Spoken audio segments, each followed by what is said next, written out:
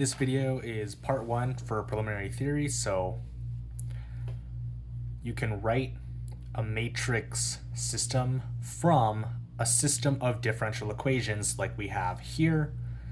So you're going to have n number of dependent variables, and you're going to have the derivative of these dependent variables implicitly defined as a function of t on your left-hand side.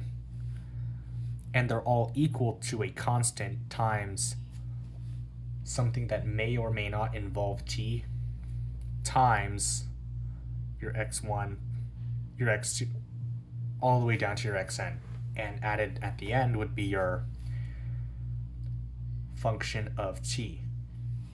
So you can write this in matrix form, where you have the derivative of your dependent variables in terms of implicitly defined as a function of t can all be written as a single vector that you're taking the derivative of, and it's going to be equal to the matrix, which is all this stuff right here modeled as your matrix A. So you're just going to bring those coefficients down there, times your dependent variable also written in a matrix.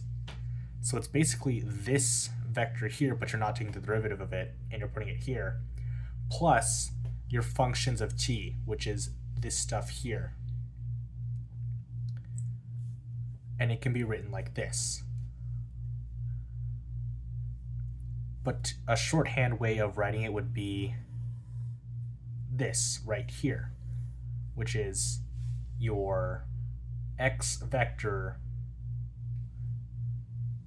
to one derivative, and it's equal to your A matrix times your x vector plus f.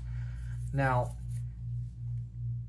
if your f vector is the zero vector, which means that it's all zeros, so this whole thing would be zeros all the way down, then it is a homogeneous matrix system.